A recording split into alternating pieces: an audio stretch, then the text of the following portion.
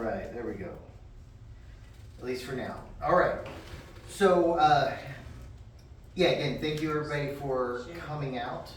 And we are going to talk through some of what I have been pursuing and studying and learning over the last, I'd say, about a year. And some of the insights about how God has wired us to work, as well as how sin deforms us and leads us away from God's good design.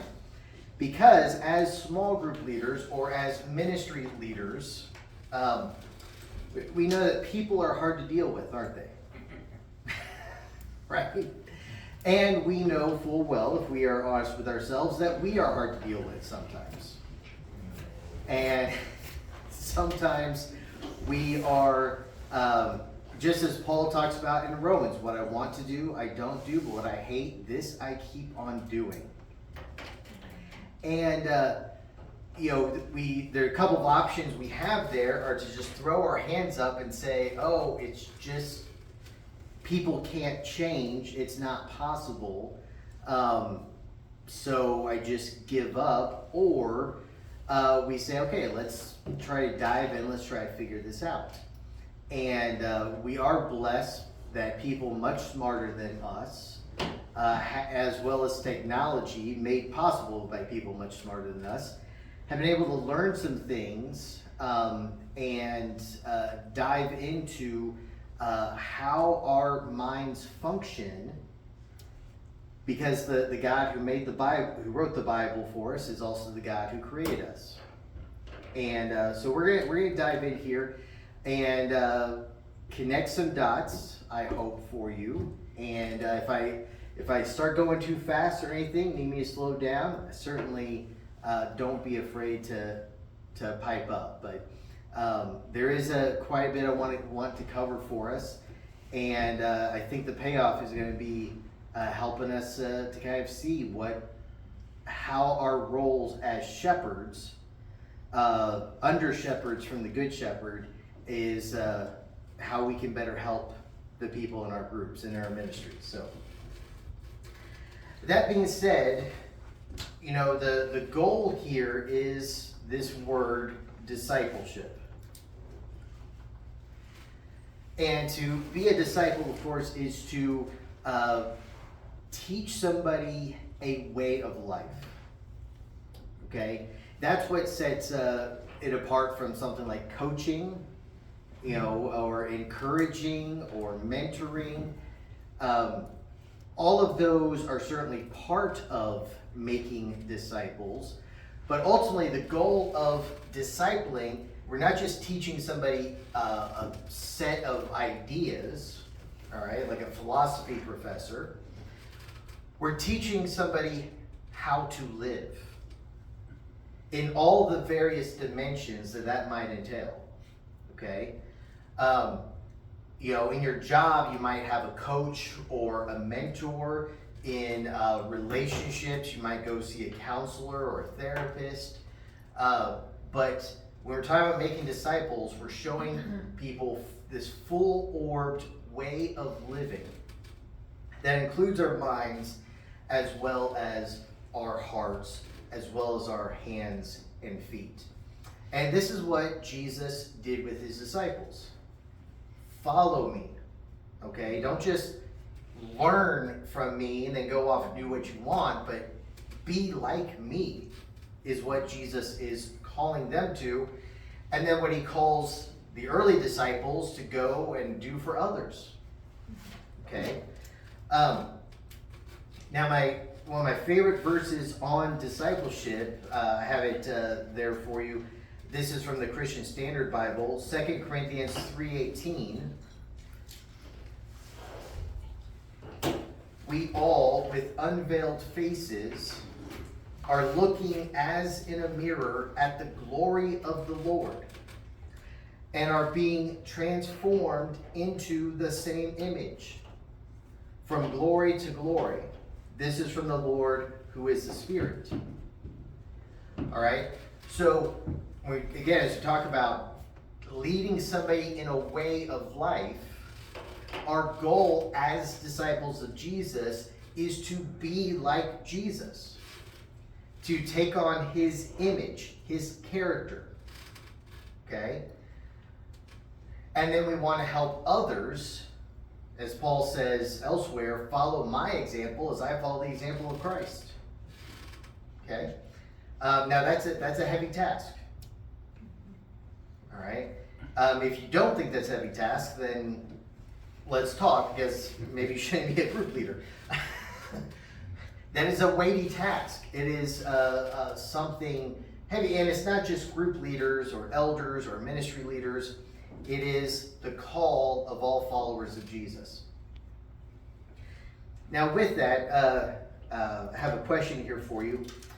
If you were to direct a movie about Jesus, let's say you were the director of The Chosen, and you were you had this actor who's going to portray Jesus, and you want to tell him, okay, this is how you act like Jesus. Okay? How would you describe that? What words would you put to the image of Jesus if you're going to tell somebody this is what it means to act like Jesus? The fruit of the Spirit is the first thing that comes to my mind. The fruit of the Spirit, just all of them, okay? I think he would appear to be more of a quiet, calm individual. I don't see the excitable that would be on display. Okay, so often quiet and calm, you said. Yet, most people are going to respond, well, what about cleansing the temple? That's one event. No, but so Yeah. so it's not like he's afraid of conflict, Right. but he has no need for it. That's not his go-to. It's not his default. Am I right? Passionate. What was that? Passionate. Oh yeah, very passionate. Zeal for your house will consume me. Servant. Servant. All right. Anyone else? Focused. Focus. Yeah, he set his face towards Jerusalem. Forgiving. Yeah, very forgiving. Welcoming and loving to all.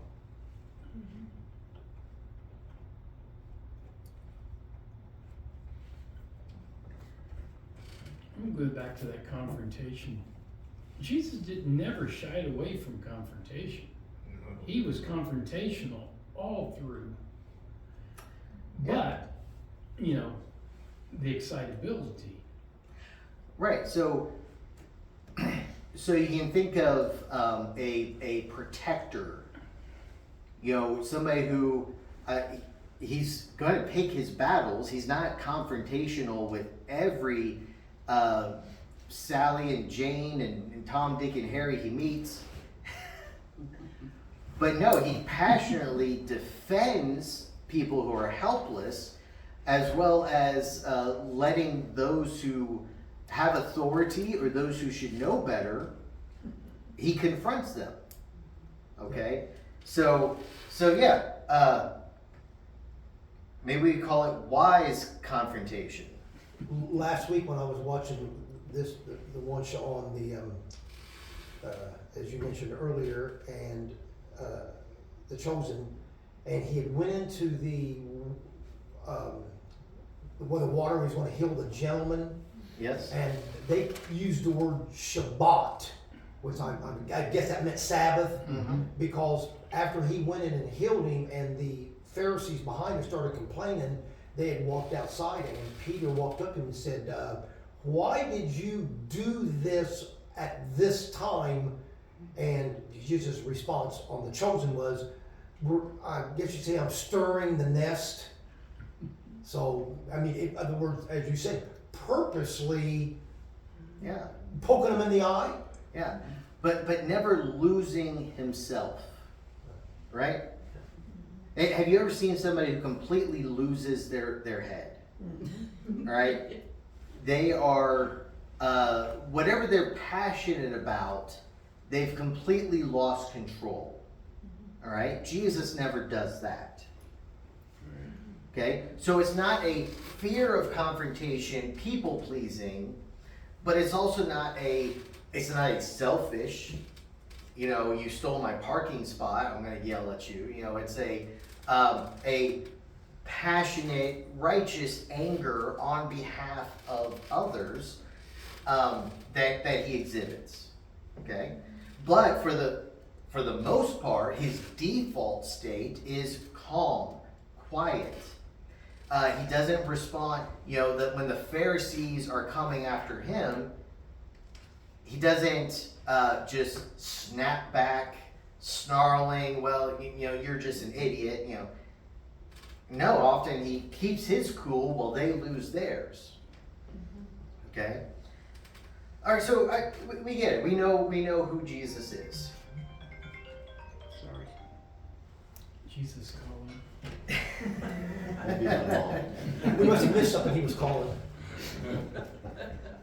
All right, so a couple of other verses here. Colossians 1:28 and Ephesians 4:11 through 13. And now it's there on your page there, but maybe a couple of people want to read those for us. I'll do Colossians. We proclaim him, warning and teaching everyone with all wisdom, so that we may present everyone mature in Christ.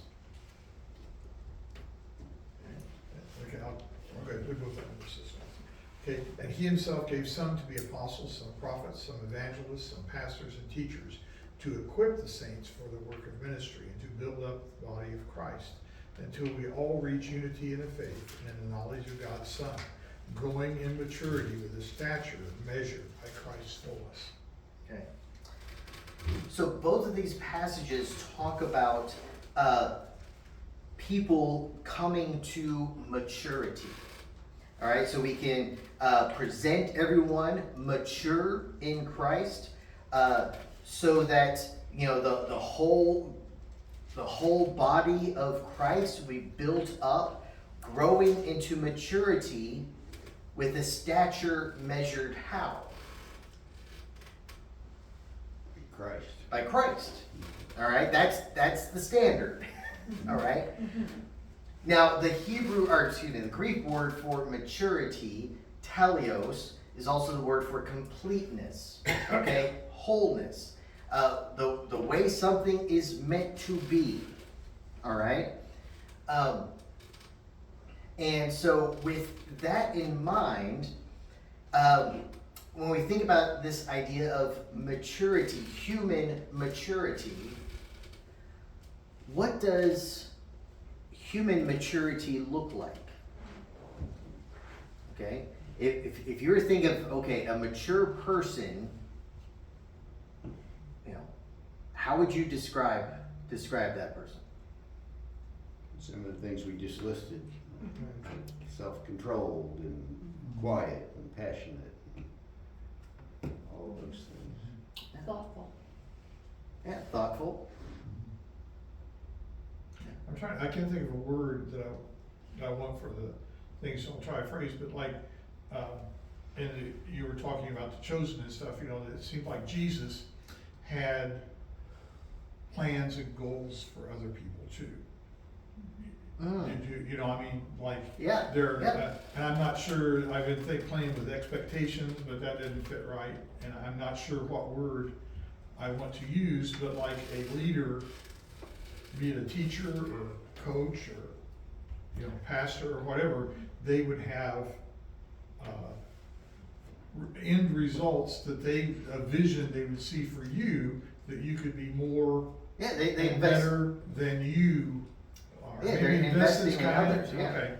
Yeah, I like that. Rather than being absorbed, they are other oriented. Yeah.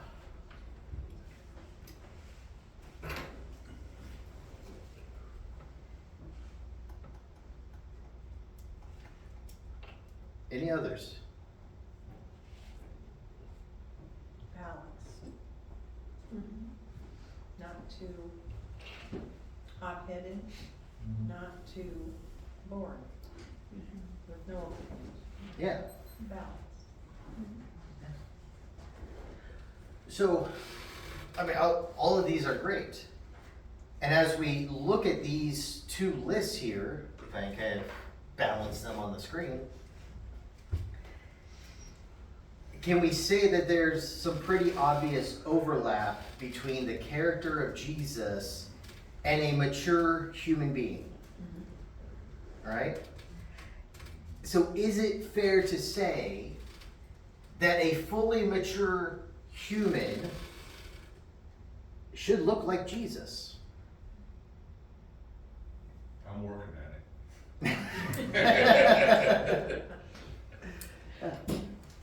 Yeah, Sam, I know some really lovely, balanced, other-oriented adult humans, but they don't really see Jesus as first in their life. So I do think it's possible to be a mature human, a relatively mature, and not be a Jesus follower. Yes, yes, and I would agree with that. That, yeah, knowing Jesus isn't a prerequisite for maturity, but would we expect that a disciple who is growing to be more like Jesus, shouldn't they also be exhibiting the traits of maturity? All right? Or could we say that we have a fully formed disciple of Jesus Christ who relationally and emotionally is immature? They would seem to contradict. So the point I'm hoping to make here is that spiritual, relational, how we engage with other people, and emotional maturity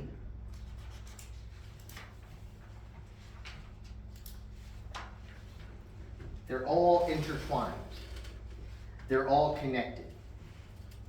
And you think of our spiritual maturity as how we relate to God.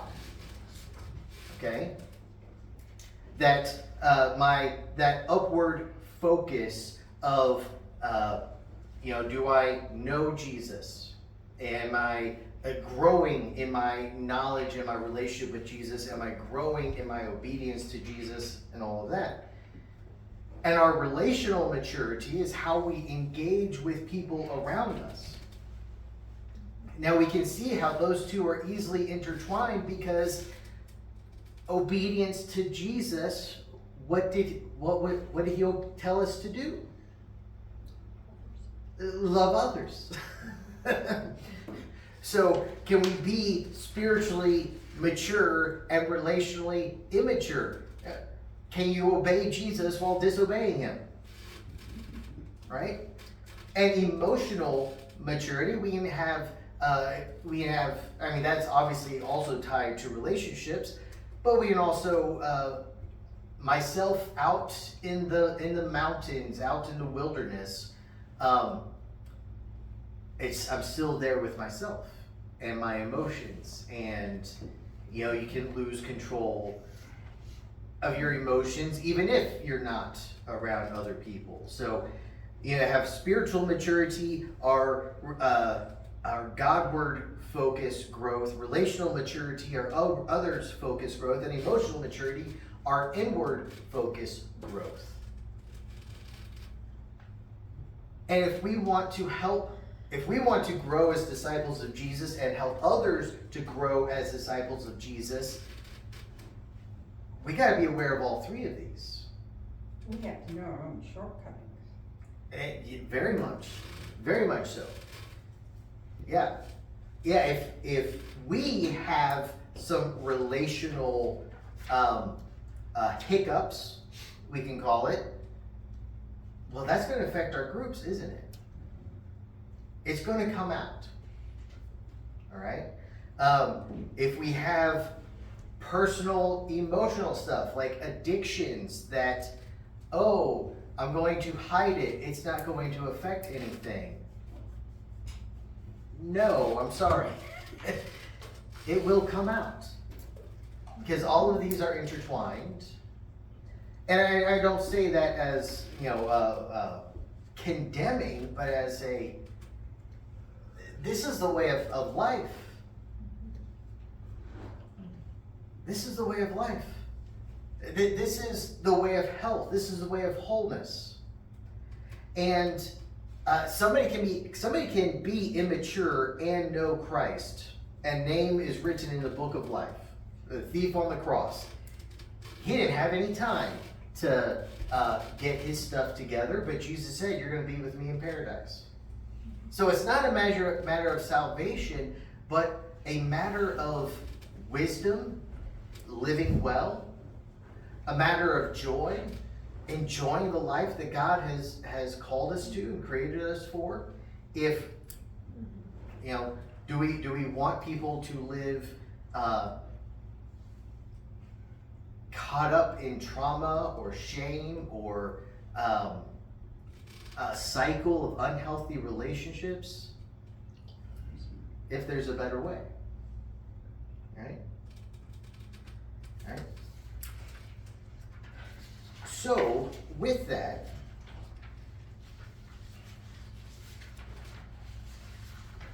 biological maturity happens automatically, right? I mean, if there's cases of severe neglect or abuse, things that could stunt somebody's development, but by and large, we just get older. Right? Addiction also stunts that. Stunts your biological growth. Yeah, well, it stunts your psychological and biological growth sometimes. Okay. But for the most part, like for example, for the most part, you don't choose when puberty happens, right? Your body goes from preteen to that process of becoming an adult, right? Unless you live in the modern age and you do dumb things. But your body ages.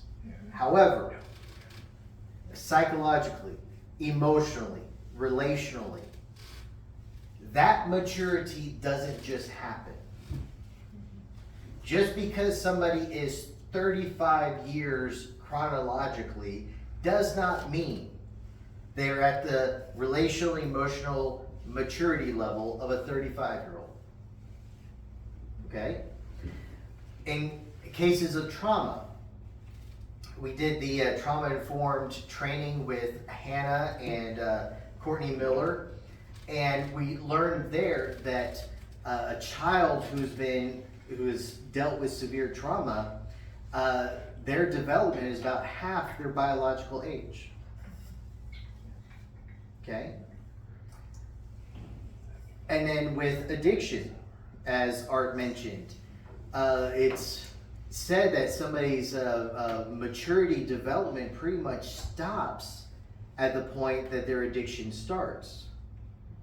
And when they go into recovery, go into healing, well, basically they have to go and start learning all of that maturity skills that they stopped learning because they started using.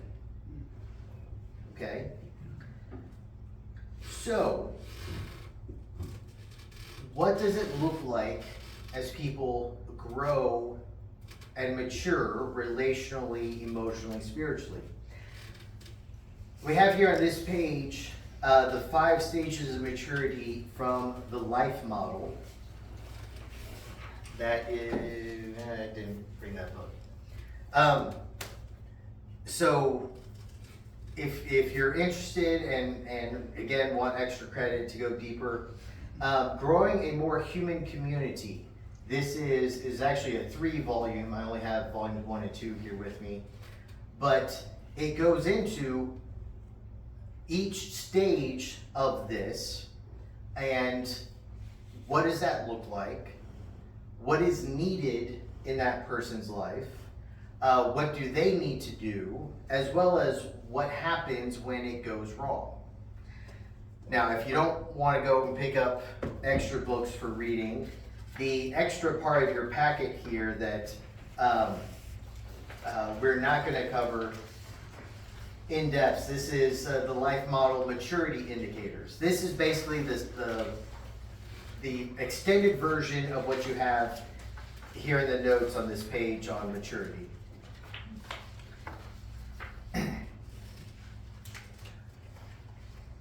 Now, one of the things I really love about this is that this maturity model parallels the real life discipleship training that was done before I started here at GCC. So some of you might be familiar with that.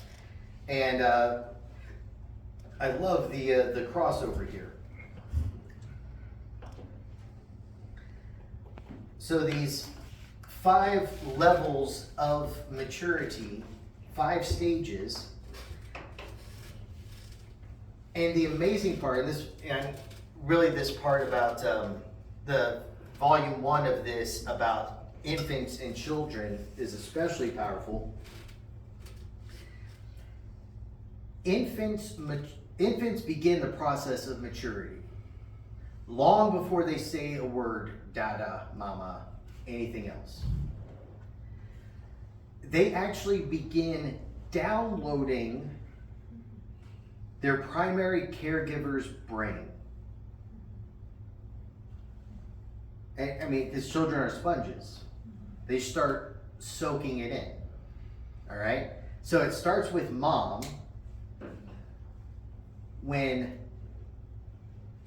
the infant screams out into the universe, mom comes and picks him up, figures out what he needs or she needs, and provides it, and then begins teaching the infant the process of regulating his or her emotions.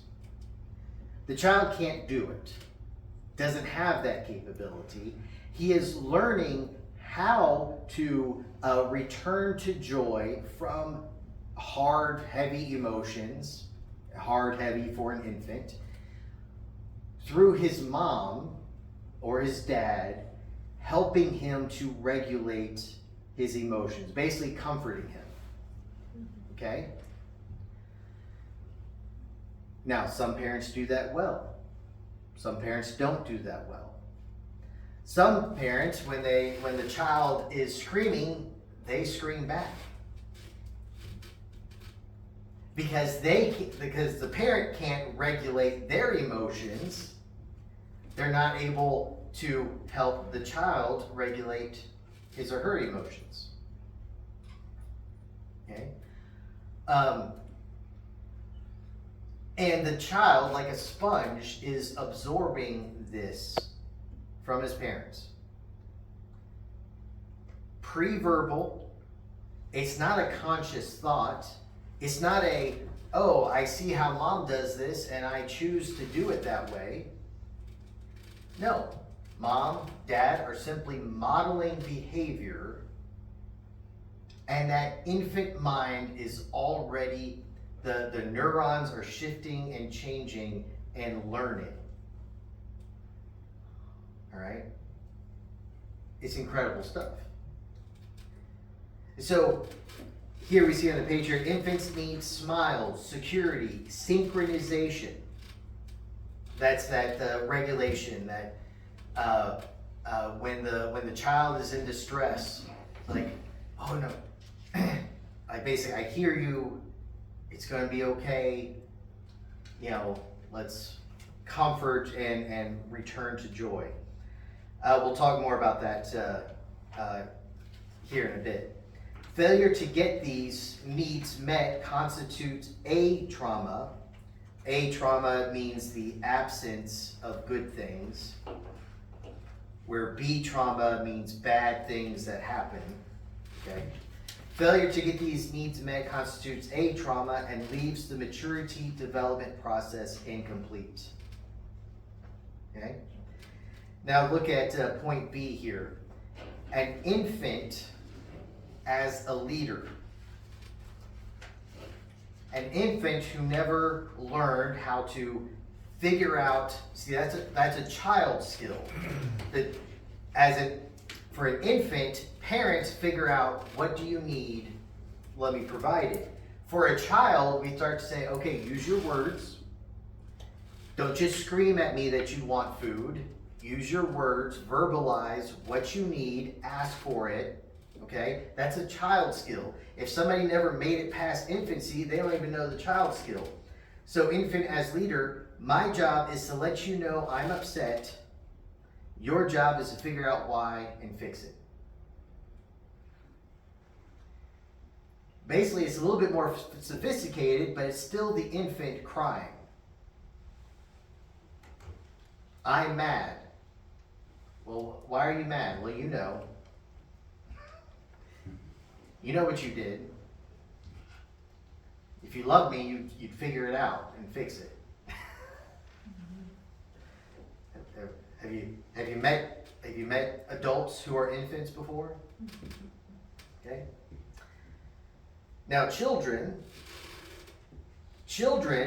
learn wisdom, identity, who am I, who are my people, and the skill to take care of themselves.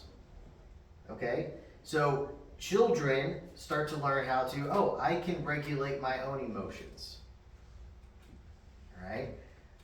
Now, it's a process, it's a journey. It's not like, you hit 5 and overnight you have this, but by the time you're 9, 10, you can fall down, scrape your knee. You may not necessarily need mom to come kiss the boo-boo for you to calm down. When children have to parent their own parents, they develop upside down maturity. They look grown up on the outside, but are still children and infants on the inside. Because one of those childhood skills is learning to ask for what you need. But if you're suddenly thrust into a parent role because your parent's an alcoholic and you have to take care of them, you never learn that childhood skill of asking for what you need. So you have somebody who is very easily says yes to everybody else, but is not very good about saying, hey, this is what I actually need to take care of me. Okay, have you met people like that before? A child as a leader. I can take care of myself, but I can't take care of you too. Good at getting their own tasks done, not good at collaborating to get work done in a way that is satisfying to others. See, a child learns how to take care of themselves, but it is an adult skill to take care of yourself and someone else. All right? So if I'm in distress and you're in distress, I have nothing to give you because I only know how to help myself in this. All right? It takes an adult level of maturity, what we say up here, others-oriented. It takes that adult to say, put the air on your child first and then grab your own oxygen. Okay? The adult skill of doing that. So a child as a leader is not very good at comforting, being there for others. But then we get into the mature levels. The adult, we can receive without having to give. Okay? We can take care of ourselves. We can work collaboratively. All right? I can receive from you. You know, you ever known somebody who's like, no, you can't ever do anything for me. Like, I will never ask for help. I will never take help from other people. No, an adult can actually have an interdependence with other people. When I need help, I ask for help. And then when you need help, I provide help. And it's interdependent. They go from, and the adult, and I said this in a sermon a while back, this adult stage starts at about 13 years old. Okay? Now, I'm not saying that a 13-year-old is a fully formed adult, but that's when the transition is happening. There's actually two major brain shifts, and this is just kind of trivia that I find interesting. Two times in your life where your brain undergoes a major pruning of brain cells. At 4 years old and at about 12, 13 years old. Would you repeat that again? Two times in your life where your brain undergoes a major pruning, killing off of brain cells. And that's about 4 years old and about 12, 13 years old. And basically what's happening is a child is born with all this potential. You may have heard that like little children can learn foreign languages a lot easier than adults because they have the potential brain cells to incorporate that. But then as kind of the personality is being honed, your brain says, okay, we need to save energy. So everything that's not being used right now, let's get rid of it. So a child has learned the English language. We don't really need the brain cells that would help us make the sounds that somebody from China uses. So we don't need those, so they go. And the same way, about 12 years old, kind of the personality of the child is on track, and things that are not in use get pruned away. All right? And it happens to coincide with these major shifts in personality. It's kind of neat how God made us that way. Right? So we have adult, and we see this around 12, 13 years old. Peer groups become can become a bigger part of a child's life. All right? Because they stop going from me to we. Who is my group? Who is my tribe? All right? And then, we learn how to take care of ourselves and someone else, and we become a parent. I can give life to children without requiring anything in return. I can mentor others. I can be tender with their weaknesses. I can help them increase their skills. Okay? Now, what happens if you have an infant who is also a parent? Neither one grows. Exactly. And that's why it's like we look at somebody who is immature as an adult and we want to yell at them, you should know this. But if their parents weren't mature, their parents couldn't teach what they didn't have to give. So whose fault is it that the 25-year-old is still an infant?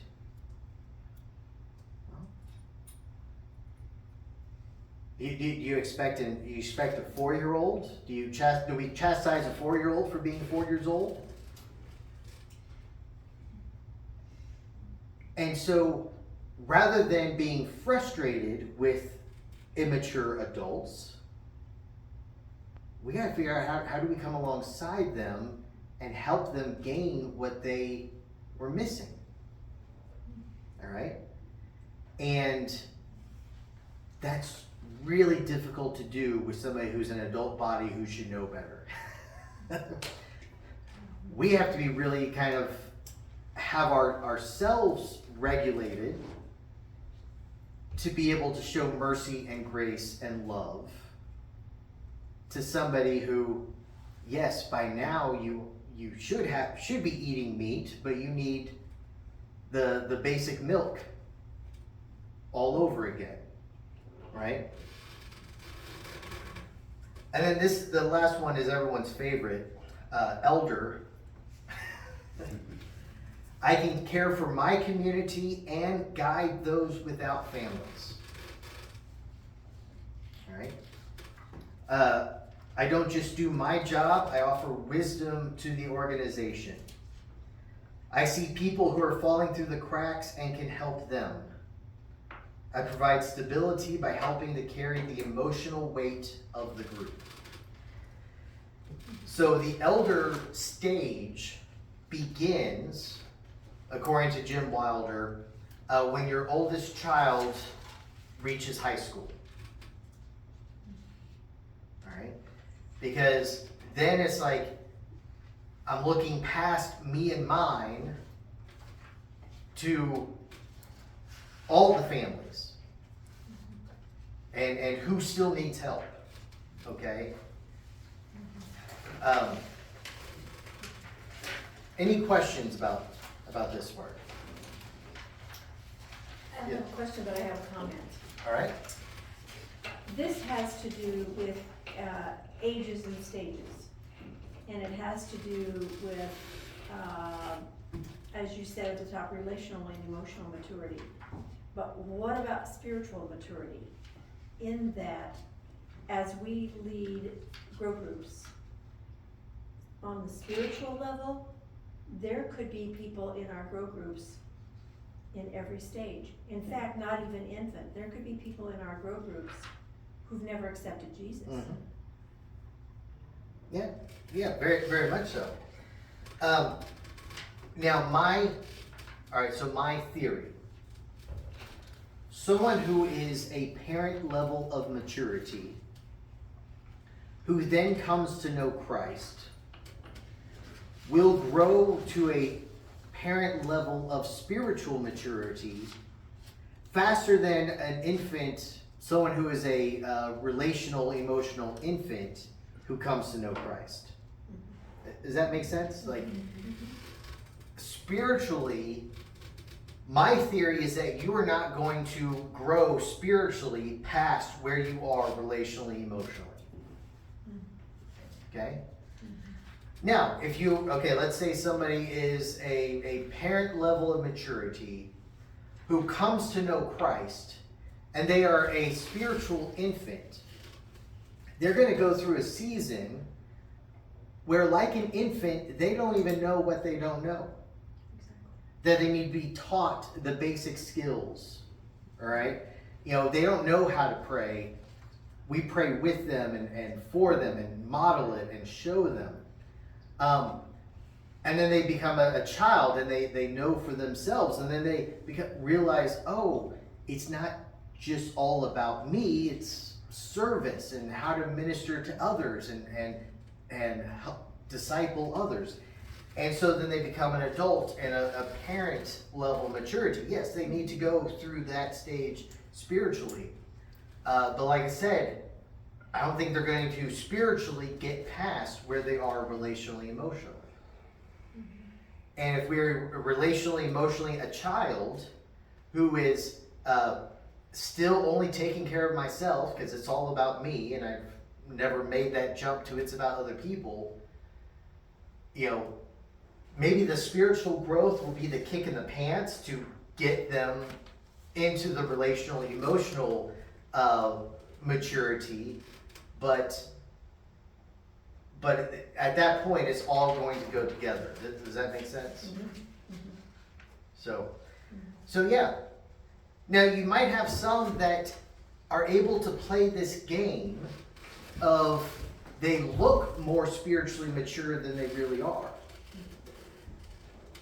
Because they can memorize the facts. They know their Bible, they know the theology.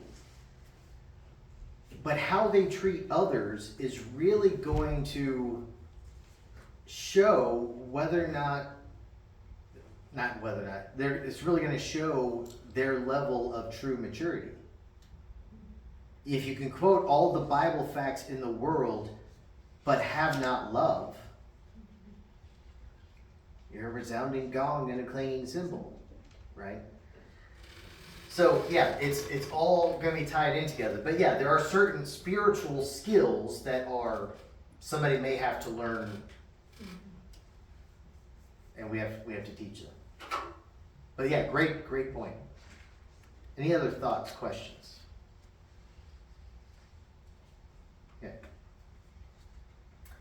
All right, on the next page here, Jim Wilder estimates that 75% of men remain at an infant level of maturity, and 75% of women remain at a child level of maturity.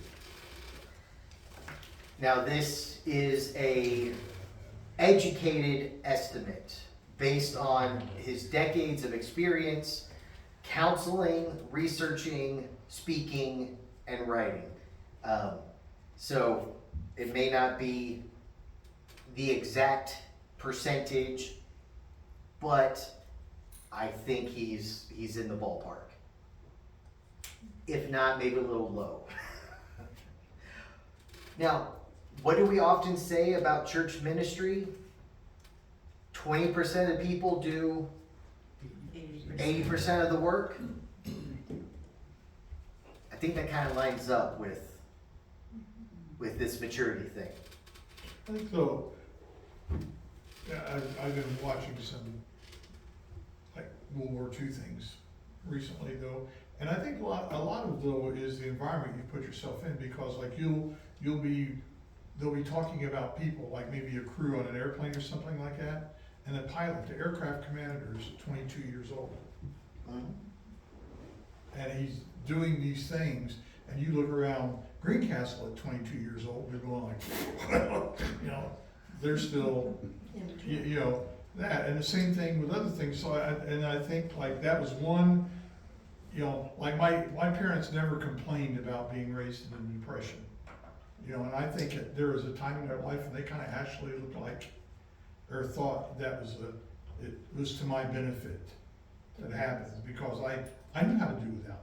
I knew how to do these kind of things. And then where I think of my generation, when we went to college and stuff, you know, I feel like my generation is a generation that we're reaping the whirlwind of my generation now, and like in raising children and doing, you know, I don't want to offend anybody, like the Dr. Spock way of doing things and whatever, to where, yeah. And and I guess as a grow group leader, what I'm more thinking is, how do I avail opportunities to my people to mature and move through these levels, as opposed to, because it's not, everything doesn't move the same way. You know, they're here and there, and I guess that's kind of the question of where. And that's where we're going. Okay, all right, right, okay, I'm sorry. But I mean, you're absolutely right. This isn't just okay, here's the problem, good luck. But no, there are things that can be done that we are going to do. But a little bit more on laying out what people are going through so that we can help them. All right. So another kind of reflection question here. Does anybody need a break? Are you okay to keep going? I'm good. You good? Okay. All right. So back to our three here: spiritual, emotional, relational. How does our relational and emotional maturity affect our relationship with God? Because as we said down here, you know, if somebody is a relational, emotional child and they come to know Christ, how is that relationship with Christ? How is the spiritual side going to be affected by their relational, emotional side? Wouldn't it hold you back? Right? But how, I mean, yes, I agree with you. But how? What would that look like? Because if you have a small group of people, a diverse group, all over the place here, and you're trying to figure out, okay, One of my, it's like a baseball team.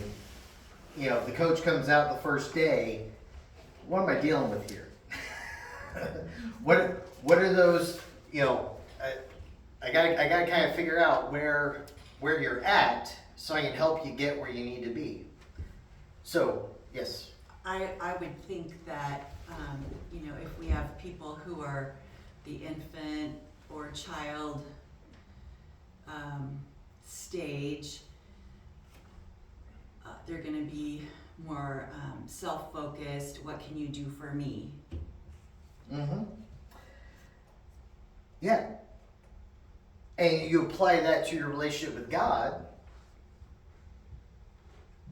Name it, claim it. God, yeah. God, give me.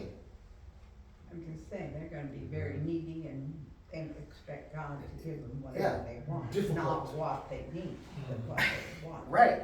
Because when God says no, because a good father knows that his son, his daughter, doesn't always ask for the right thing, suddenly I'm throwing a tantrum with God because, like a child, I didn't get what I wanted. Right? Or, an infant may not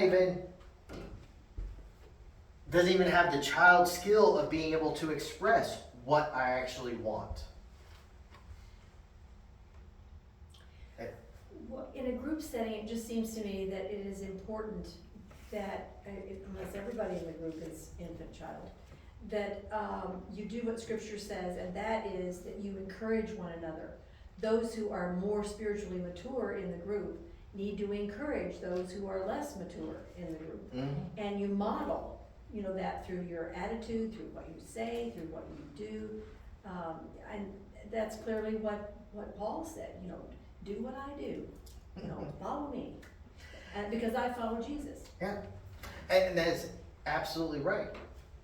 You talk about enduring hardships like the Great Depression and other things. The infant, the child, one of the marks of maturity is the ability to endure hardship.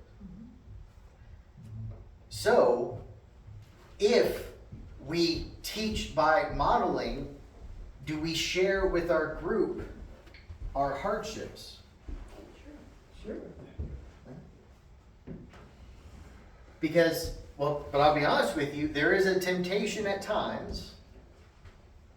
Maybe I don't really want everybody else to know the health thing that I'm dealing with. Maybe I don't want to let them know about my failure. And then also, how God intervened and helped overcome.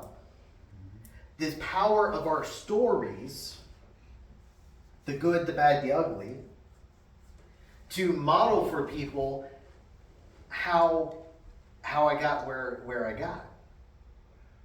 All right?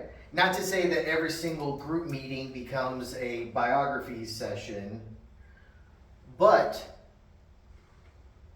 to live life with your group members in such a way that they can see, like a father teaching his children or a mother teaching her children, that you can see how I handle going through this. Okay? Very good, yes. A thought. I think of like a staircase. And hopefully our emotional, every bit of spiritual, all of our growth goes linearly up the stairs. But I don't think that's true of any of us. And if you'll forgive me. I think that there are, this is us, and if this were me, all of a sudden I get here and I may just fall down in a crack. And that's when the people that are around me that come and, pardon me for being a long-time teacher, but come and throw rope and pull me out and help. So I think that even somebody who's up here, Janice in my mind is is pretty much one of these. When her brother got really sick, I saw her be wounded and hurt and worried and broken. Maybe not broken is a good word, but I think while she's here, she still may have a time where she needs somebody to be there. And I think we're all that way, and anybody that are in our small groups, that kind of thing happens. So, thanks for just letting me No, spew. you'll never hear me complain about somebody using a whiteboard. All right. But no, you're absolutely right. And letting people see that, to see, I'm having a hard one. I'm under attack. Because, and like I said, the power of stories to convey that, because maybe I'm not going through it right now, but I went through it back then, to help people connect with us and resonate that this is how you do it, or this is how you fail, and then how God comes in and picks up the pieces afterwards. Sometimes that's the testimony, right? I was gonna say, sometimes as a group leader, when one of your small group brings something and it really hits home to you, and you know you personally have not handled that well, still to this day, you rely on knowing your other group, who is somebody, I've said to some of them, especially if it involves a temper problem, because I've had a temper problem all my life, that, hey, somebody have a suggestion and help, because I'm not a good one to ask, because I would have already fallen off the handle and been asking for repentance. Janice and I watched a movie the other night, and it wasn't in the movie, but they were telling about it. When this man was a young child, he was on a slide, a high slide. I don't know whether any of you remember getting on the high slide the first time. And burning everything on the way down. And he was stuck. And that he was afraid to go down the slide, but he was too proud or whatever, to back down. And one adult was saying, you gotta go. You gotta go. And then, no, okay, well then get down. Then, well, I give up, leave. And the other one, there were two adults, and the other adult sat on the ground and said, take your time, I'm not going anywhere. Was the idea that was an important part I found in leading a grow group. Sometimes it's just take the time, we're not going anywhere. Yeah. And absolutely. Absolutely. And these, I hope you begin to understand, these are the relational Jesus skills. They have nothing to do with the lesson. It's simply life.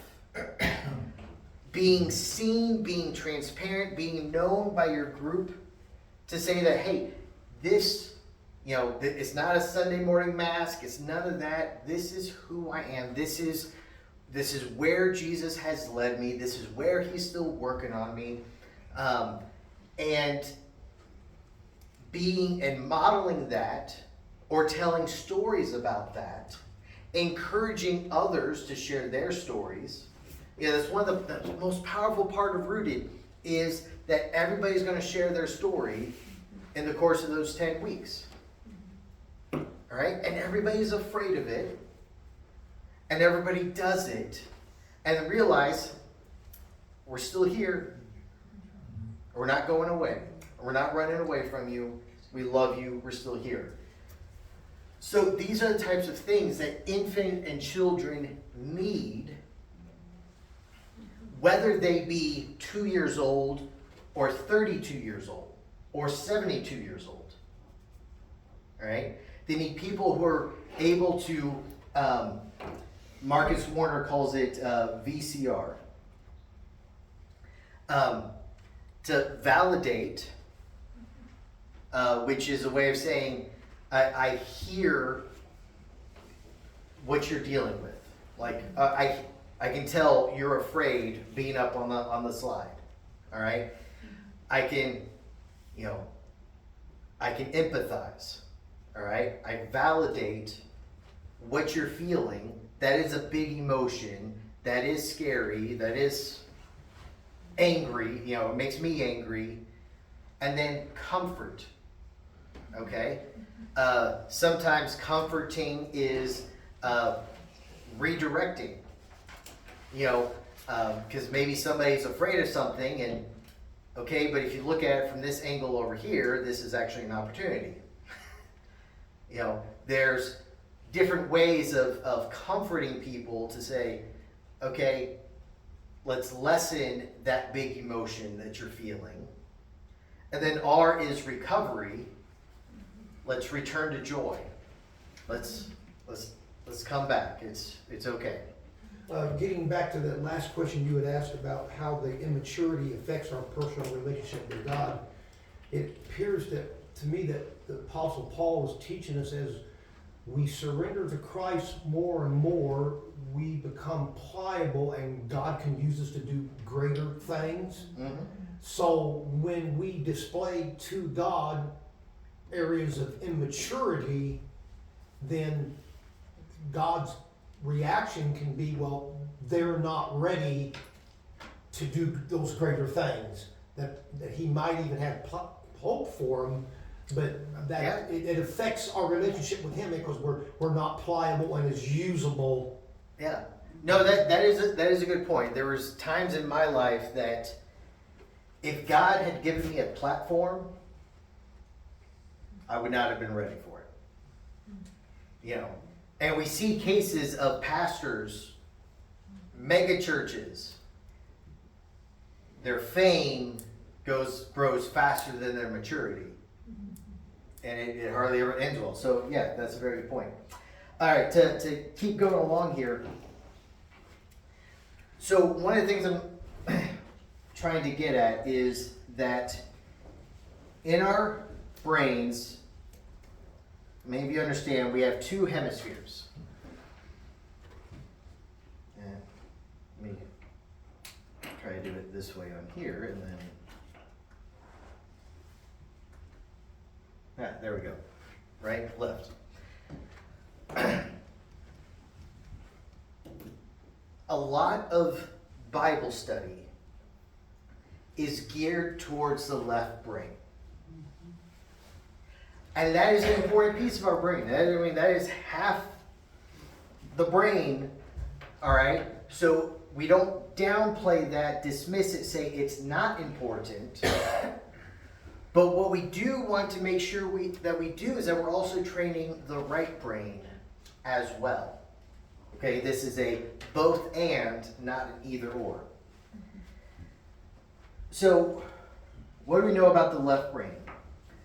The left brain is narrowly focused. It is logical. It is problem solving. All right, and it is slow. And that's not a dig at anybody. That's all of us. Our left brain is simply slower than our right brain. So when you're doing your taxes, you're focused in, narrowly focused, logical, problem solving. That's using your left brain. All right? Speech, that's the left brain thing. Okay? Changing a tire, that's left brain. These are all left brain activities. Our right brain, however, is more broadly focused. So when you walked into the room today, your right brain is automatically scanning the faces in the room. Who's here? Is there anything? So it's like a radar system, all right? I think you mentioned World War II pilots, a radar system, and it's scanning around, seeing is there anything here that's important to me? your brain takes in so much information that doesn't make it to your awareness because your parts of your right brain have already filtered it out and said, that doesn't matter to me. Okay? Is anybody here clutter blind? Oh, you don't want to admit it? All right? Clutter blind? You mean like stacks 5 feet high? Yeah. No, not that high. Basements. All right? It's your brain just kind of overlooks it because, oh, that doesn't concern me. We're moving on. I'm just going to step over this. Oh, yeah. All right? So your brain's already scans it, says, is this anything important to me? If it is, if it's something flagged, oh, that's personal to me, then it's flagged, is it good or bad? Friend or foe? Fight or, that's the fight or flight system. It's, oh, all these faces. Do I know anybody? If I know them, do I like them? Or do they like me? I did not want to sit where I'm sitting because of Scott. I just want you to. Well, apparently no one did. It took a while for you That to. is a shame. I You're took just a the shower other 2 great days ago. Just for him. But your right brain scans it. Anybody I recognize, are they happy to see me or not? Janice walks into a room and expects people to know her. I walk into a room and I think, oh, there's somebody here that, they would remember me even though we met 2 years ago, But she would walk into a room expecting, oh, yeah, they know me. Yeah, But she remembers that. yeah, right, exactly, yeah. So your right brain is relational, and it is identity forming. The best part of your brain, the part that is your best self, is the right orbital prefrontal cortex, over here behind your right eye. That's the part of you that understands, who am I? Who are my people? How is it like me and my people to act? All right? So when, for example, my son, Joey, he does things a little bit differently, okay? One of the biggest conflicts between him and his mom has been over what clothes to wear. Because for Jessie, who she is and who her people are and how is it like them to act is you color coordinate and you don't dare wear something that doesn't match. All right? Now, Joey and his father, that is not who we are or how it's like us to act. All right? And so with this identity conflict, but there's some things that people do. It's like, have you ever seen somebody do something in public and you're just like, oh, that's not what we do. That's not what we do here. Okay? I gave birth to one. Yeah. No, All right. we don't wear our ears out at 34 years of age. But I mean, that comes from that identity center. And we get this, right? With teenagers, who you hang around with, that's who you're going to start acting like. Bad company does what? Corrupts good character. Okay? So part of helping people to mature emotionally, relationally, and spiritually is forming a community of relationships where this is how we act. This is who we are as a Jesus people. Okay? And here's the thing about the right side of the brain. It is faster than your left brain. The right side of the brain operates at 5 times a millisecond.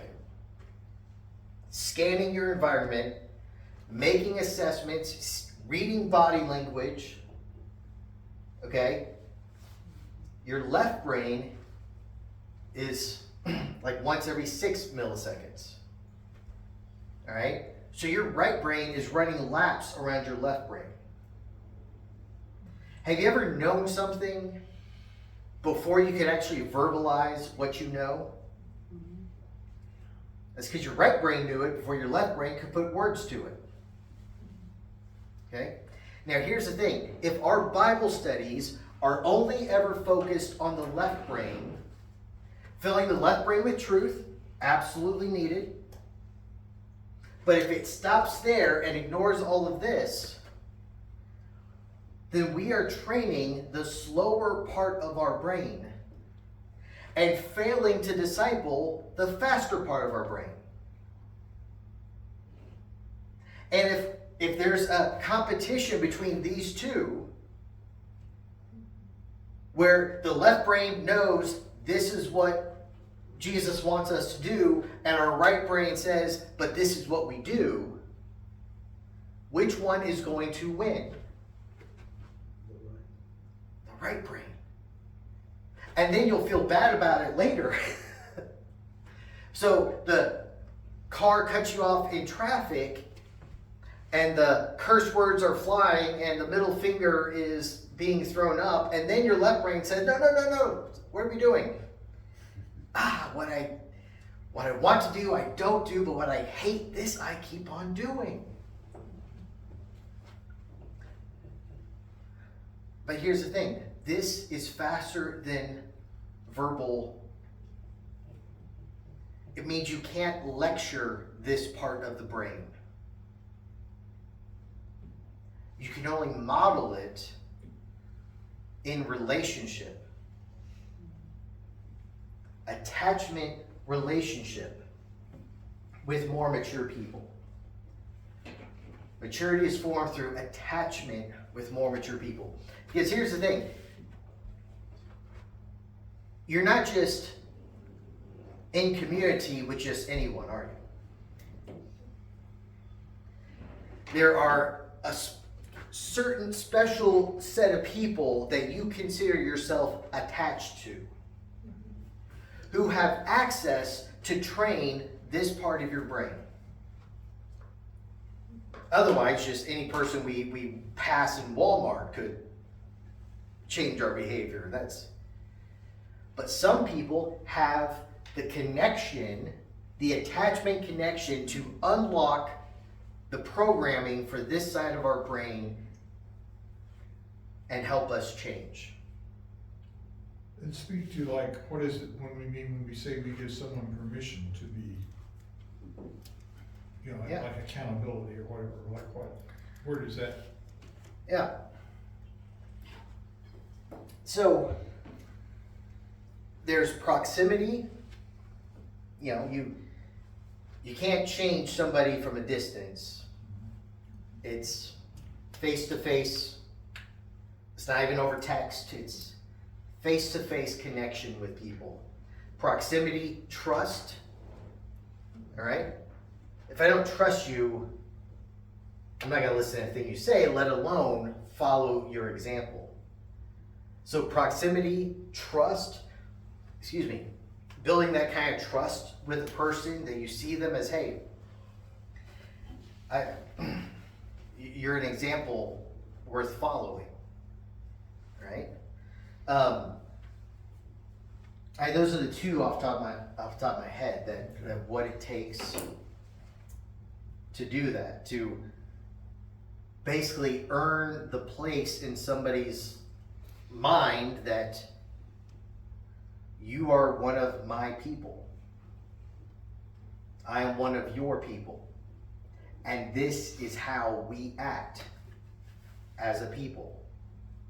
Okay? But I would also encourage you, as you're telling stories, sharing your own life, to not be afraid to use we language in terms of when you're casting a vision for how do we as a Jesus people act. You may have noticed I do that more and more in my sermons. This past Sunday, we are a Jesus community. That was intentional. All right? to frame the thought process of, oh, this isn't me and Jesus, this is we and Jesus. Okay?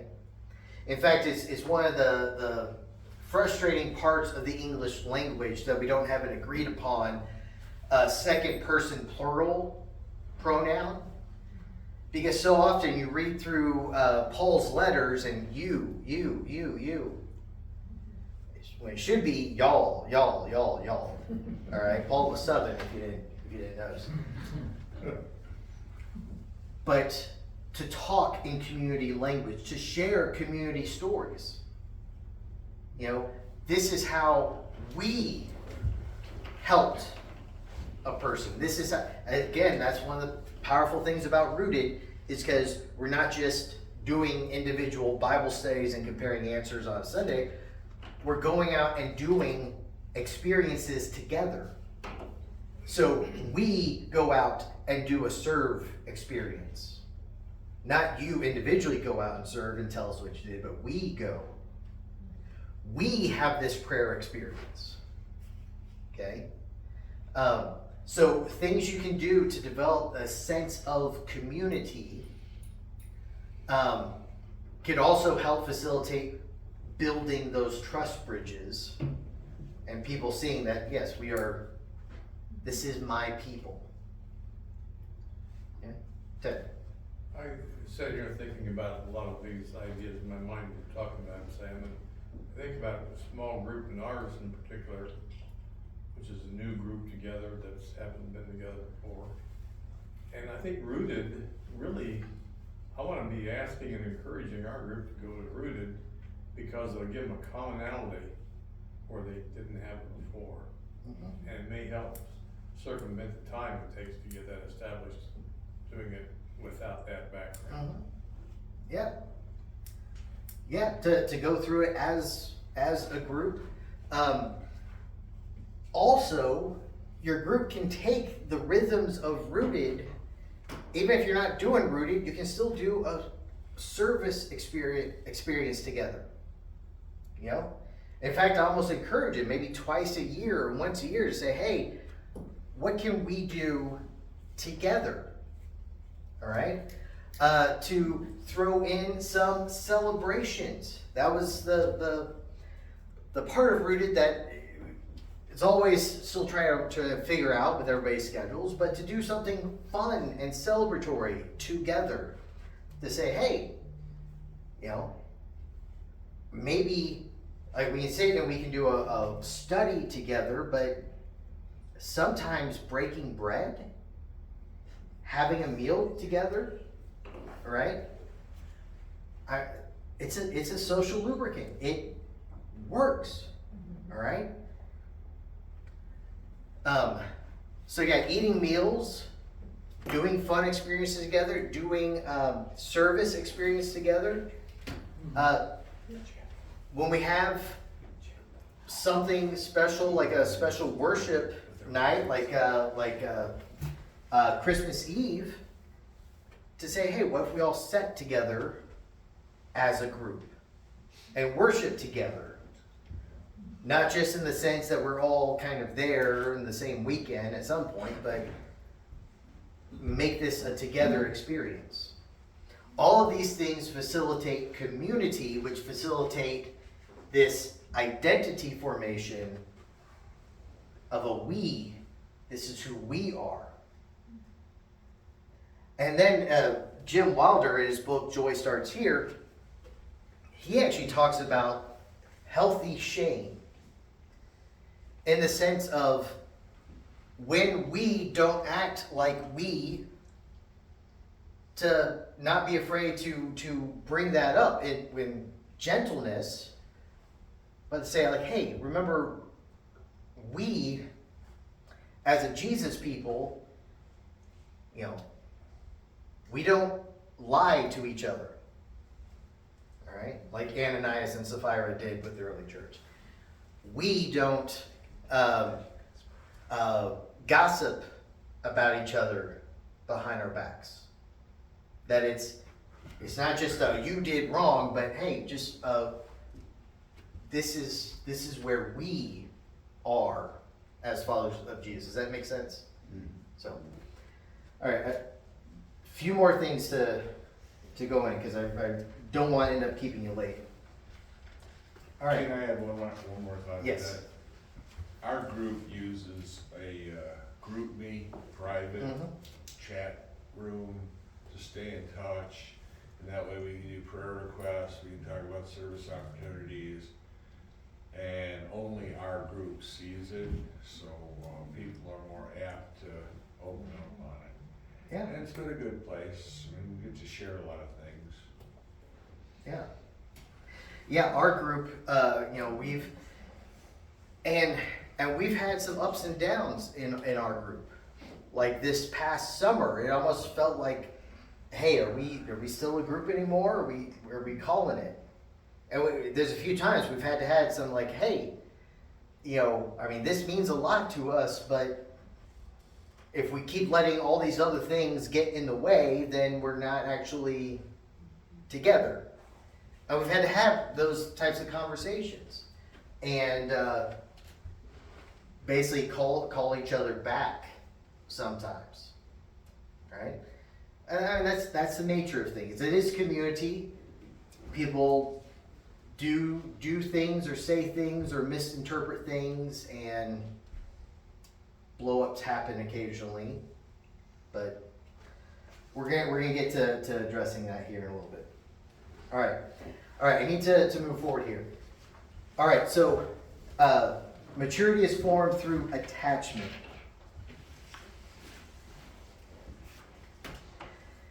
Now, another struggle here is that not everybody is good at relationships. Not everybody is good at attaching with other people. If attachment is what is needed to help encourage and strengthen and grow somebody, but somebody is struggling with those relationships because of experiences in their past, we're going to need to learn how to navigate those. This information I'm going to give here comes from a book that was out recently, Landscapes of the Soul by Sid and Jeff Holzclaw. Much of your life with God, others, and with yourself, boils down to one of these three words: yes, no, or maybe. Yes, someone will help me. Maybe someone might help me. Or no, someone will not help me. Jeff and Sid talked about children, infants into childhood, are little scientists doing experiments in the universe. And that's a metaphor, so don't stretch it too far, but the infant cries out in the universe and sees what kind of response they get. So you can imagine maybe an infant in an Eastern European orphanage. 30 infants and 3 nurses, and you cry out and no one responds right away. You think about that in terms of a science experiment. You do the test, I cry out, and you get the answer, no one responds. And you your little infant mind files that away as to this is how the universe works. Or let's say you're an infant and born to a single mom, and your single mom has to work to pay the bills, so she has to work overnights. And so during the overnight shift, she puts your 12-year-old sister in charge of watching you. And so you cry out, and sometimes your mom, who is actually a decent mom, responds, and it's there for you, but sometimes you cry out and your 12-year-old sister who resents you is pretty slow to respond. And so in this scenario, you're learning that maybe somebody will respond, but maybe not. And you file that away for future use. Or you cry out and somebody does respond and you learn there. So attachment research has identified these three core attachment defaults, often called internal working models. Okay? Are others available when I'm in distress? Yes, no, maybe. Will this distress be alleviated? Yes, no, maybe. How can I use my agency amid this distress? In other words, what can I do? You know, I cry out, no one answers, what can I do? I cry out, maybe I'll get an answer. What can I do to try to increase the chances of a yes versus a no? And this leads to the next page here, this grid.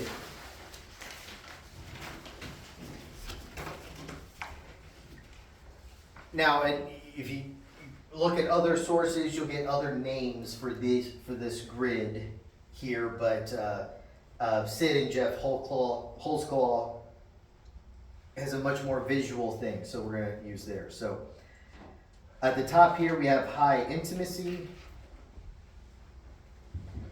and on the side, we have high independence.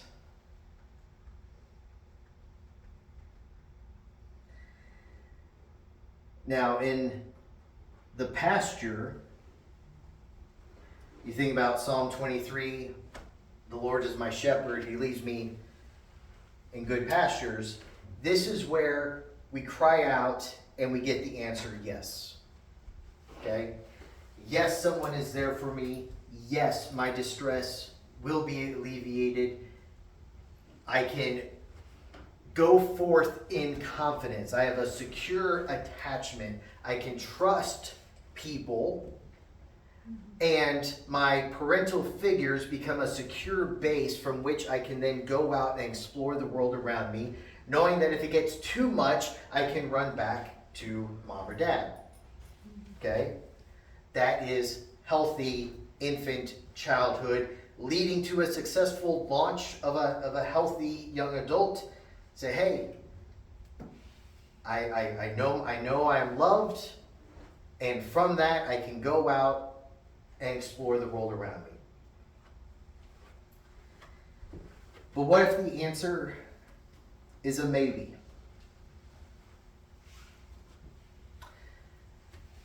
Then we find ourselves learning jungle attachment strategies. Maybe there's a yes, maybe it's a no. What can I do to increase the maybe, or to increase the yes? And so we develop this anxious attachment style where it's always like, I don't know what the answer is going to be, so I'm going to cling. You ever known somebody who's very clingy? Who gloms onto a relationship, people pleasing, everything they can do so that when they cry out, you'll give them a yes. But they're so anxious because they know at any moment it could be a no. All right? And this begins to define their relationship strategies, not only with their family members, but also in their dating life, in their marriage life, in their friendships, at work, and with God. You imagine having an anxious relationship style of attachment with God? Thinking that God is always only a maybe? Always worried, have I done enough? Is he angry with me this time? Will he be there for me this time? Or is he done with me? Do you know people like this? You know, churches like this. Well, I mean, and that makes sense. People, birds of a feather, will flock together. Now, so these people are high intimacy, but low independence. This is the type of person who needs to be encouraged. Hey, you are loved, you are valued. You don't have to do anything to earn the love. All right? You know, you're Martha trying to work so hard. It's like, no, Jesus is already there. He's already in your house. You need to stop, and you need to maybe explore more of this independence. Okay? And so none of these are like determinative, like you're there, that's it for life. Sid and Jeff talk about as doing new experiments. You know, you learned as a child that you did your experiments and you got a maybe. Well, now let's do your experiments again. And find that God's always a yes. He's always with you. Okay? And begin to reshape that attachment strategy. Now, if we're not aware of this, as a group leader, you may do what I've done many times, is label them an EGR and then just try to stay away from them. Because they suck the life out of you. But is that how Jesus would love them? Okay? So that's the desert, the pasture, and then we have, or that's the jungle. Yes, EGR stands for extra grace required. Sorry about that. So if the jungle is, or if the pasture is yes, the jungle is maybe, the desert is no. Will anyone be there for me? No. Will this distress be alleviated? No. What can I do? I got to do it by myself. It's on me. All right? So I don't trust relationships. I don't connect well with others. Because frankly, I've never seen much value in it, because when I was an infant crying out, it was always a no. All right? And so we then bring this into relationships and to our relationship with God. And God's somebody that, I know about. But he's not actually someone I go to when I'm in distress. It's not somebody I actually have a personal relationship with. Right? This is where I've, looking back at my life, I said, I've spent a lot of time in the desert. Right? And by the grace of God, that has changed quite a bit. But for some people, like for me, for a longest time, this kind of listening prayer, that God might actually respond to me in prayer. No. I mean, I prayed, but I didn't really expect him to pick up the phone, so to speak. Right? And so for this person, high intimacy, or high independence, low intimacy, we need to encourage them to explore that intimacy, to learn to trust, to realize that he is there. Okay?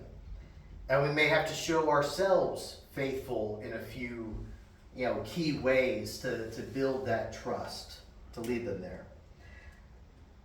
The fourth quadrant here is the war zone. The war zone is when the very person you are longing to attach with is the person who is hurting you. So we're talking about abuse. We're talking about trauma. You know, I want your love, I cry out, but I could equally get a warm embrace or a slap across the mouth. Okay? And the war zone, it's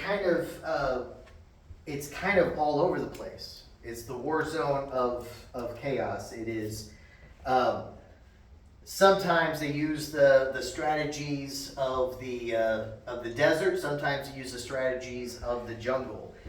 I will try to pull close at one day, and then I'll push you away the next. All right?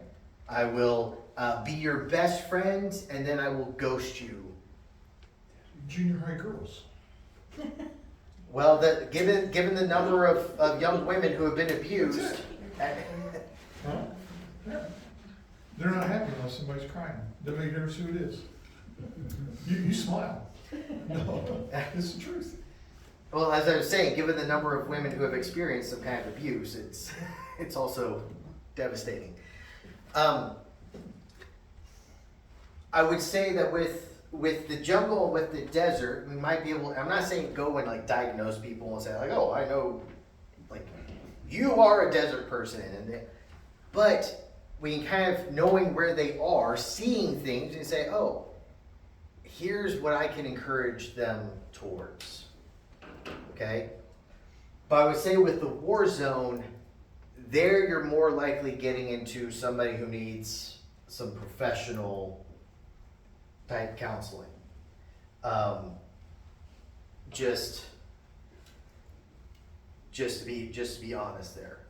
But seeing some things, you might be able to realize, oh, maybe I can help them by, hey, have you ever considered talking with somebody? Okay, does that make sense? So Sam, where you had upper left was basically maybe, upper right was yes, lower right's no. You have that leaves no classification for that one, so. Yeah, the war zone, because it is abuse. It is, I want to, I want mom, but mom is the one who hurts me. Okay? I love you, but you are the one who is causing me the most pain. Absolute problem area. Yes. That's why that one is the most likely of the four that you're going to need to refer for some more help. Not that, again, none of these are doomed. It's just a matter of what do they need to be led to the pasture where we can trust God as our good shepherd to know that he leads me beside still waters. And though I walk through the valley of the shadow of death, I will fear no evil because he's with me. Right? Now, as we come to the end here, we've talked some about various strategies for helping lead people to maturity. This isn't something, I'm not going to preach a sermon that's going to make people mature. All right? You might, through a Bible study or something, stir up the vision or the desire, but ultimately it's the relational piece. Walking with people intentionally in the direction of Jesus, that is where maturity, discipling is going to happen. Okay? So if you're thinking about, what kind of Bible study? I mean, if you're doing a something that's not heresy, all right, you're gonna pick a good one. All right, whether you're doing a video study or you're talking about the sermons that we do, or you're just going chapter by chapter through a book of the Bible. Okay? That part, the Holy Spirit uses, and people are going to learn Scripture and grow. Okay? But you're not going to find the perfect one that's going to fix everybody. Because without the relational piece, without the walking beside people, without the telling the stories and engaging the full brain, you're just teaching Bible trivia. They may be able to win, Are You Smarter Than a Fifth Grader Bible Edition? But we're looking for life change. Okay? Now this last piece here is where do we need to be while we're helping them grow? Okay? Now, for many of you, I believe I have given out a copy of this book, Rare Leadership. If I haven't, talk to me. I have a few more copies, just I didn't bring them up to the classroom, but I will get you one. It is one of the best books on leadership I've come across. And it uses the acronym RARE to talk about basically the qualities of a shepherd leader. The first R stands for remain relational. I said earlier that the best part of you is when your right orbital prefrontal cortex is in charge and engaged. That is our relational self. That is where we see people not as problems, but as people. And the person is bigger than the problem. And it's, I want not just to fix whatever the issue is, but to do it in a way that you and I are okay and that I am helping you grow. Versus, I kick it over to my left brain and I go into problem-solving mode. Because when you're in problem-solving mode, when your left brain is running the show, you're no longer relational. So imagine a time you were doing a very left brain task. You were focused on something and maybe it wasn't going the way you wanted to. You're getting a little bit frustrated and somebody tries to interrupt you. And you answer them not relationally, not in a way of love, but out of anger. Because I'm in problem-solving mode, and now you're interrupting me. What do you want? Okay? Jim Wilder calls that enemy mode. When we're in that frame of mind, I'm more focused on the problem than the person. Now, I've had this experience myself early in ministry. It was part of a college ministry. And we were trying to plan a retreat, all right? And we're getting our leadership together, and my buddy Blake and I, we were kind of the two main leaders, and we had the rest of the team there. And Blake and I, we were all business. All right, come in, let's figure out what we need to do. We got this, and this, go through the agenda. But very little concern of like, hey, hello, how was your day? How are you doing? And it was affecting the relationships among the group because we were on problem-solving mode and we were not being very relational, and it was showing.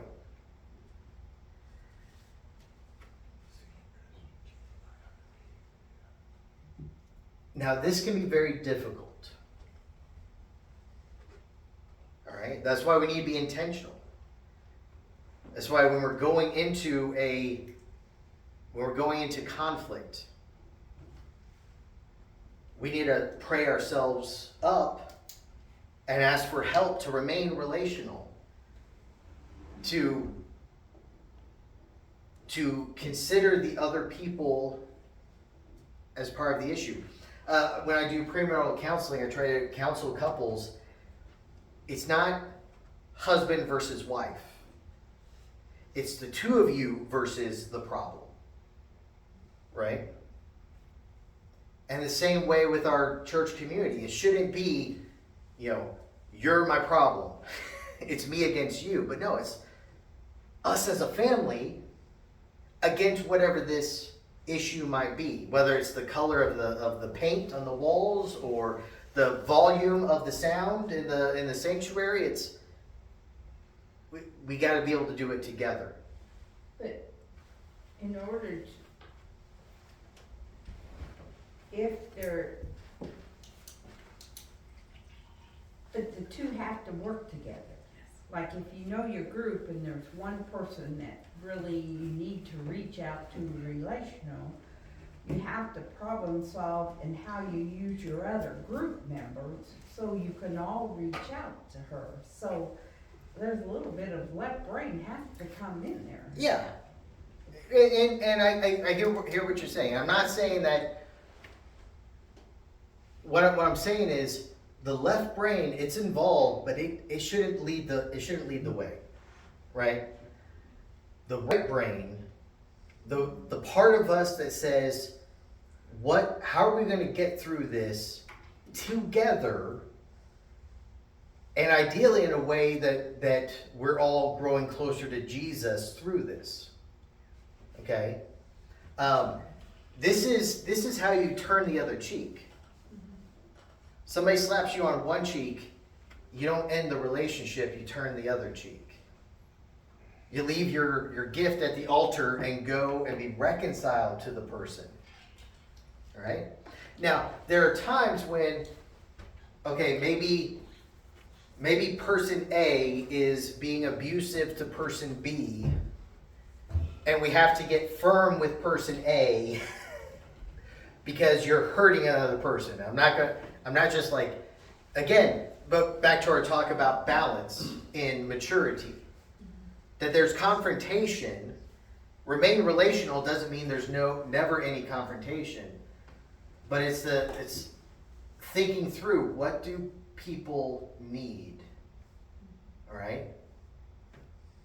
If that's what they need, if that's the God glorifying, other loving thing for me to do, then yes, I will give you a kick in the pants. But what I'm not going to do is take the easy way out, so whatever it's going to make me feel better, because you don't want to do it my way, and so I'm going to selfishly go into enemy mode and treat you like the problem. Does that make sense? All right. So we want to remain relational. The next thing here is act like yourself. Again, think about our maturity description and our description of Jesus, where some people lose their minds. You know, have you ever gotten so heated that you said something or did something and you come back to yourself later, you're like, I can't believe I did that. Like, that's not me. That's not the person I want to be. Okay? Act like yourself is, hey, don't get so out of control that you're, if somebody's going into a conflict with me, my hope and my prayer is that they would find that I'm the same person, whether they're upset with me or whether we're laughing and joking and having a good time. That I don't go into some Dr. Jekyll and Dr. Jekyll and Mr. Hyde. I don't go into some other form and then, like, out of nowhere turn into a monster. But no, I love you when we're having a good time, and I love you if we have a disagreement. I'm the same Sam Drake. That's my goal. Okay, not ever gonna pretend I'm perfect, because I think it was in a sermon where I mentioned, I scared I scared our dog one time in Pennsylvania because I was frustrated and I was running late, and I ended up in problem-solving enemy mode, and she was in my way, and I just screamed at her. All right? And I lost control. Now, as leaders, if we let ourselves do that, not only are we not acting like Jesus, because Jesus was always in control, but we also destroy a lot of trust. Right? Now, the enemy would love it for us to not act like ourselves and destroy trust. So if you have situations like, hey, this is a conversation we're going to go into that I know the enemy is going to want to blow something up here, spend some time in prayer. Ask others to pray. Sometimes, seek wisdom from other people so that you can handle it well. But just understand there's a difference between asking wisdom from others and going around gossiping about a situation. The second R is return to joy. I mentioned this phrase earlier. Joy is relational. Joy is, I'm glad to be with you, and you're glad to be with me. It has nothing to do with our circumstances. I've been to funerals where there was a lot of joy and a lot of tears because we're together. All right, we're experiencing the pain together. So there's grief and joy. And you can also imagine there's plenty of weddings that are not very joyful. Because family drama and people don't really want to be together. So returning to joy, Marcus Warner, who wrote Rare Leadership with Jim Wilder, he talks about the 6 big emotions. All right, so you have sorrow, anger, disgust, shame, anxiety or fear, and despair.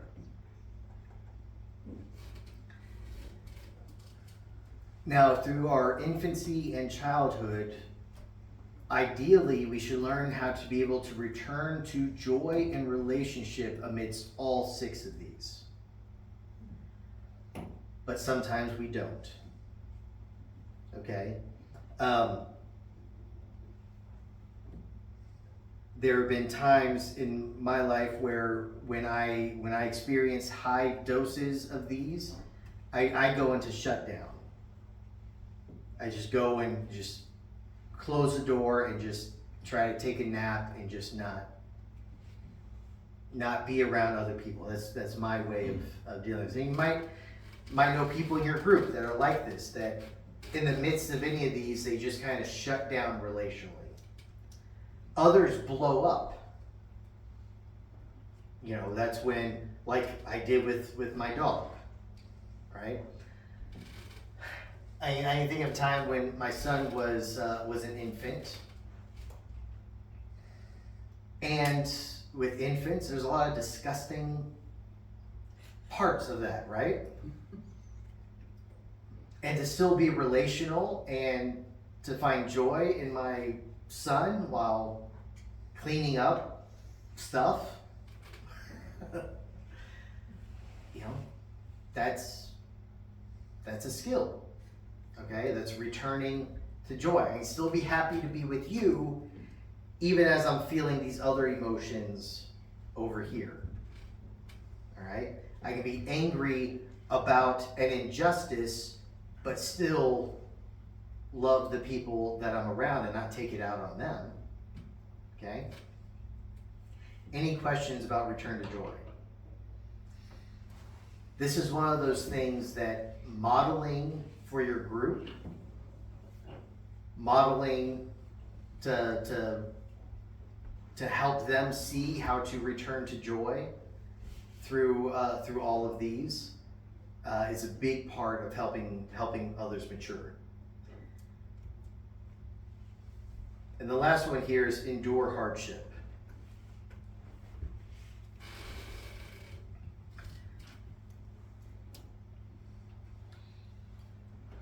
Have you ever been kicked by your child when they were throwing a tantrum? As a group leader, you may get emotionally kicked by someone in your group while they're throwing a tantrum.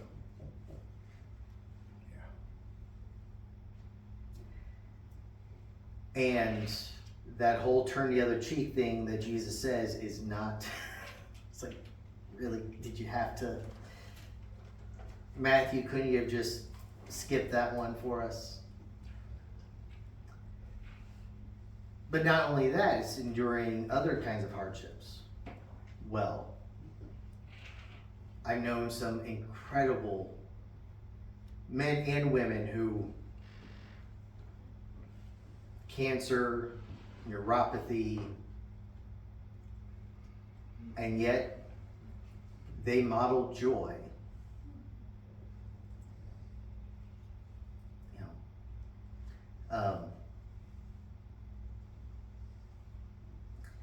so if there's anything that you take away from this, I would encourage you that let this be our default for leading people. Remaining relational, acting like ourselves, returning to joy, enduring hardship. That's what a shepherd does. All right. And that's the way I believe Jesus relates to us. Okay. All right, we're at 8:30. I have just one very quick preview about the future for GCC. Okay, so if you'll bear with me for just a few more minutes. All right. So, quite a few individuals and groups at GCC have done Rooted. We plan to keep doing Rooted. But I'm looking at something that might be kind of the next step to Rooted, okay? So it could very well be that we do Rooted in the fall, and then in the spring, we're looking at a program called Emotionally Healthy Discipleship by Pete Scazzaro. It's actually a two-part small group program, emotionally healthy spirituality and emotionally healthy relationships, okay, that go into a lot of what we did, but spending about 8 weeks each, kind of walking infants and children and adults and parents and elders through all of this. My goal and my plan is to do the first of these in February. Now, the way this is designed, and these will be up here if you want to take a look at them later. For the guys who did our men's summer study, it's kind of like that, where you have a big presentation from the stage and then groups at tables kind of doing it there together. So it's not really something that works well for your group does this on a Wednesday and your group does this on a Tuesday. But I'm not saying it's something I'm asking every single group to go through together. That's not what I'm saying. It's a program we're going to do, and if your group would like to be part of it, would like to jump on board, it could be very good. But ideally, we're gonna do the pilot, and if it works out, this will be kind of the regular thing. So the order would be rooted, emotionally healthy spirituality, emotionally healthy relationships. Does that make sense? All right, so not a must do, but I think it's gonna be really good. Okay? Any questions about that or about anything else? How many people have gone through Rooted?